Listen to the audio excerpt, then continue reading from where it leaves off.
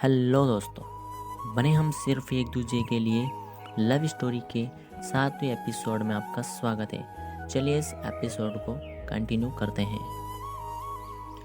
अगले दिन संजय सुबह ही अपने ऑफिस निकल गया।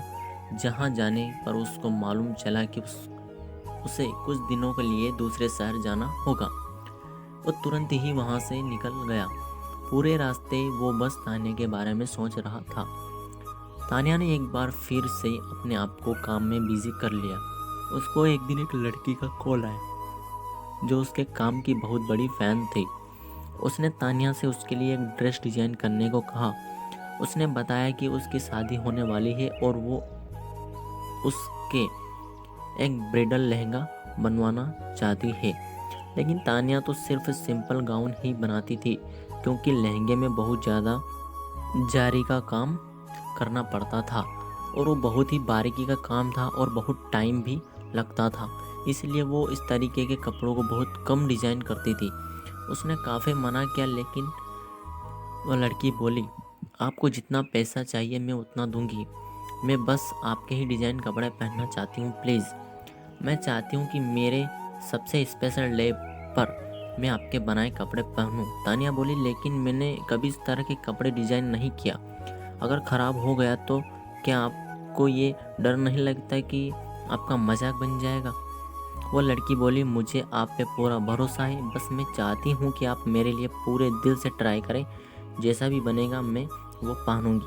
तानिया मुस्कुराई और उससे मिलने को तैयार हो गई। वाह, लड़की बहुत अमीर घर की थी। उसने उसको मिलने के लिए क्लब में बुलाया। मीटिंग 2 दिन बाद थी। इधर अमीषा तानिया से बदला लेने के लिए पागल हुए जा रही थी। उसने कई बार संजय को सेड्यूस करने की कोशिश की, लेकिन संजय उसे हर बार मना कर देता था। ये बातें उसको और गुस्सा दिलाती थी। आज संजय वापस आने वाला था। वह शाम को ही घर आ गया था। उसने आते ही मारिया से तान्या के बारे में पूछा तो बोली, मैम तो आज बहुत जल्दी में थी, वो किसी से मिलने गई है। संजय ने यह सुना तो उसने सोचा कि तान्या का कब से कोई दोस्त बन गया। उसने रमेश को कॉल लगाया और उससे तान्या के दोस्त के बारे में पता लगाने को कहा और खुद चिंता में इधर उधर घूमने लगा। उसने तान्या को कॉल लगाया, लेकिन कॉल नहीं लगा। संजय परेशान हो गया। वो एक जगह बैठकर उसका इंतजार करने लगा।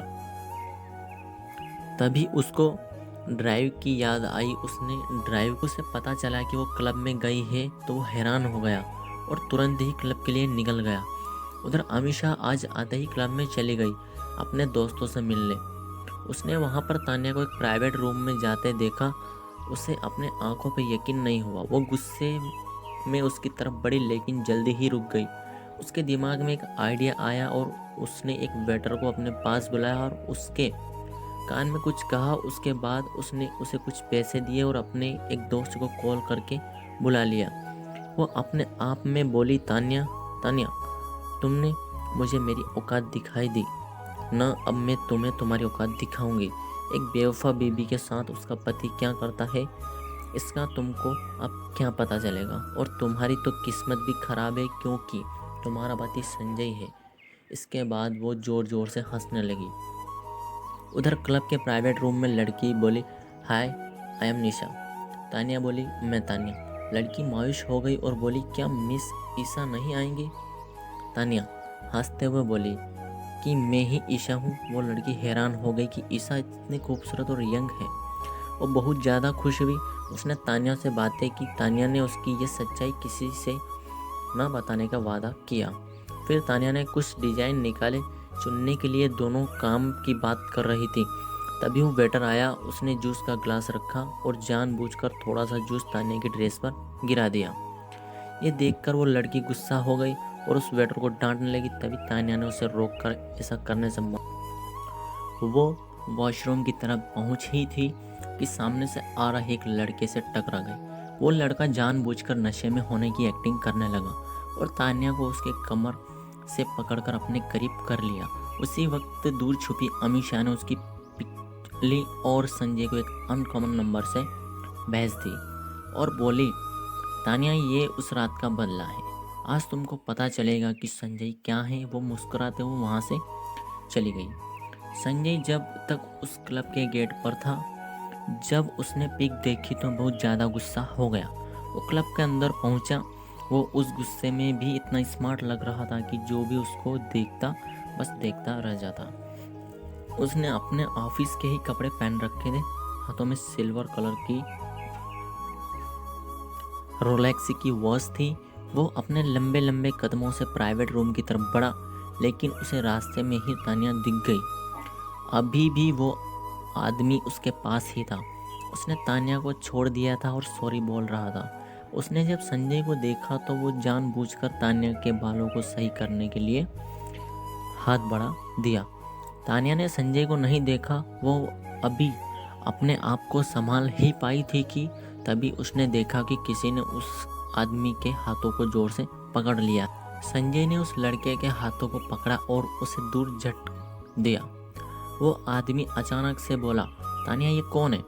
तानिया उसके मुंह से अपना नाम सुनकर हैरान रह गई। अभी वो कुछ समझ पाती कि उससे पहले ही संजय ने उसके हाथों को कस के पकड़ लिया और उसको अपने साथ खींचते हुए क्लब के बाहर ले जाने लगा। तानिया के हाथों में तेज दर्द हो रहा था। उसने संजय से कहा, छोड़िए मुझे मिस्टर संजय, छोड़िए। जब संजय ने उसके मुंह से मिस्टर संजय सुना तो उसने अपनी पकड़ और तेज कर ली। उसने तानिया को ले जाकर अपने कार में बिठा दिया और खुद कार चलाने लगा। संजय इस वक्त बहुत गुस्से में था और तानिया सोच रही थी कि वो आदमी उसको कैसे जानता है। कहीं कहीं ये उसका आदमी तो नहीं। ओह नो, अगर उसका आदमी हुआ तो उसको पता चल जाएगा कि मैं कहाँ हूँ। ये सोचकर वो डर से बुरी तरह कांपने लगी और संजय गुस्से से पागल होकर कार को फुल स्पीड में चलाई जा रहा था। जल्दी ही वे घर पहुंच गए।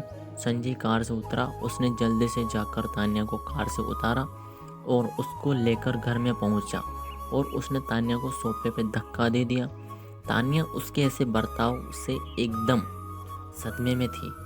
उसने संजय की तरफ देखा जैसे वो पूछ रही थी कि उसने किया क्या है।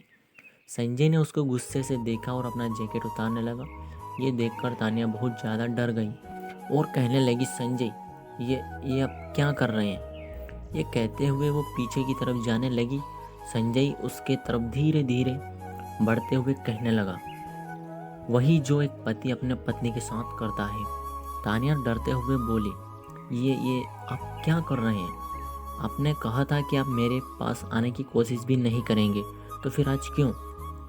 ये सुनते ही संजय उसकी तरफ झुका और उसने उसके चेहरे को अपने एक हाथ से पकड़ लिया और दूसरे हाथ से उसकी एक हाथ की उसके पीठ के तरफ ले जाकर पकड़ लिया और उसने गुस्से में कहा, क्योंकि आज से पहले मैं नहीं जानता था कि मेरी बीवी मुझसे झूठ बोलकर दूसरे आदमी से मिलने जाती है, वो भी पब्लिक प्लेस पर। उसकी कीमत तो तुम्हें चुकानी होगी। ये सुनकर तानिया बोली, कैसा झूठ? मैंने कोई झूठ नहीं बोला। यह सुनकर संजय गुस्से से आग बबूला हो गया। उसने अपनी पकड़ को और तेज कर दी और उसने मन ही मन सोचा कि ये अब भी मुझसे झूठ बोलने की कोशिश कर रही है। उसने अपनी पकड़ को और मजबूत कर दी। दर्द से तानिया चीख उठी। वो बोली, संजय छोड़िए, दर्द हो रहा है। मैंने कोई झूठ नहीं बोला आपसे। मैं अभी वो कुछ बोलती तभी संजय ने उसके चेहरे को छोड़ दिया और उसके गर्दन पे चूमने लगा। वो अपना कंट्रोल खोने लगा। संजय का ऐसा करते देख तानिया को कुछ पुरानी बातें याद आने लगी। उसने पूरा जोर लगाकर संजय को धक्का दिया, जिससे संजय पीछे की तरफ गिर गया। अब वो फर्श पर बैठा था। उसने गुस्से से एक बार फिर तानिया को पकड़ना चाहा तो तानिया ने उसे एक जोर का थप्पड़ मार दिया और रोते हुए कांपते हुए आवाज में बोली, दिखा दिया ना आपने भी आज कि आप भी एक मर्द ही है जिसे सिर्फ औरतों के इज्जत से खेलना आता है।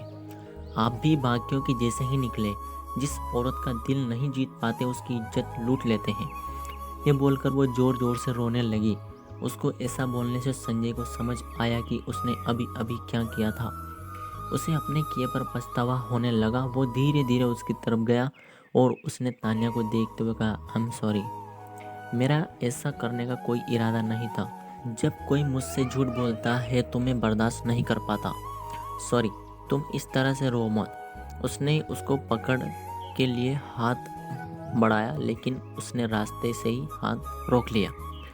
उसने आगे कहा कि जब मैंने तुमसे पहले ही कहा था कि क्या तुम्हारा कोई बॉयफ्रेंड है, तो तुमने मुझसे झूठ क्यों बोला? मैंने तो तुमसे कभी कोई बात नहीं छुपाई, फिर तुमने ऐसा क्यों किया? तान्या ने जब संजय की बात सुनी तो उसने कहा, मैंने आपसे कोई झूठ नहीं बोला, मेरा कोई बॉयफ्रेंड ही नहीं है। संजय को भी फिर से गुस्सा आ गया। उसने उसे मोबाइल में पिक दिखाते हुए गुस्से से कहा, तो फिर ये कौन है? तान्या ने जब पिक देखी तो उसको याद आया, तो उसने संजय को सॉरी बात बता दी। ये सुनकर संजय समझ गया कि यह किसी की चाल थी। उसने तुरंत रमेश को कॉल लगाया और उस नंबर पर पता लगाने को कहा। अब वो फिर भी ज़्यादा गुस्से में था। तान्या उठी और अपने रूम में जाने के लिए मुड़ी तो उसको चक्कर आ गया, जिससे उसका पैर मुड़ गया और उसके पैर में मोच आ गई। संजय ने तान्या को गिरने से बचा लिया और घबराते हुए उसका नाम पुकारने लगा, तान्या, तान्या, तुम्हें क्या हुआ है? उसने तान्या को बाहों में उठा लिया और अपने रूम में ले गया और उसको अपने बिस्तर पे सुला दिया और उसको देखने लगा।